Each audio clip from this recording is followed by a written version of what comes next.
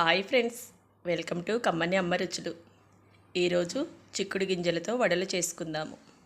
అవి ఎలా చేయాలో ఒకసారి చూద్దాము. ఒక బౌల్ తీసుకొని ఒక గ్లాసుడు చిక్కుడు గింజలు తీసుకున్నాను. నా దగ్గర ఎండు చిక్కుడు గింజలు ఉన్నాయి.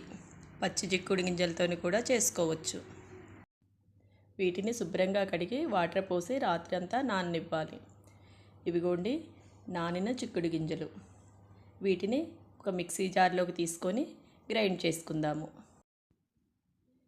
గ్రైండ్ చేసిన పిండిని ఒక గిన్నెలోకి తీసుకొని సన్నగా చాప్ చేసిన ఉల్లిపాయ ముక్కల్ని వేసుకుందాము. అలానే కొత్తిమీర, కరివేపాకు, అల్లము, పచ్చిమిర్చి తరుగును కూడా వేసుకుందాము. ఒక స్పూను జీలకర్ర, రుచికి సరిపడా సాల్ట్ కూడా వేసుకొని మొత్తం ఒకసారి కలుపుకుందాము. పిండి మొత్తం మంచిగా కలిసే వరకు కలుపుకోవాలి. ఇలా కలిపాక ఒక 3 టేబుల్ స్పూన్లు శనగపిండిని వేసుకోవాలి. శనగపిండి వేయడం వల్ల వడలు విడిపోకుండా వస్తాయి. అవసరమైతే కొంచెం వాటర్ కూడా వేసుకొని కలుపుకోవాలి. కాస్త వేసుకుంటే సరిపోతుంది, చిలకరించినట్లుగా.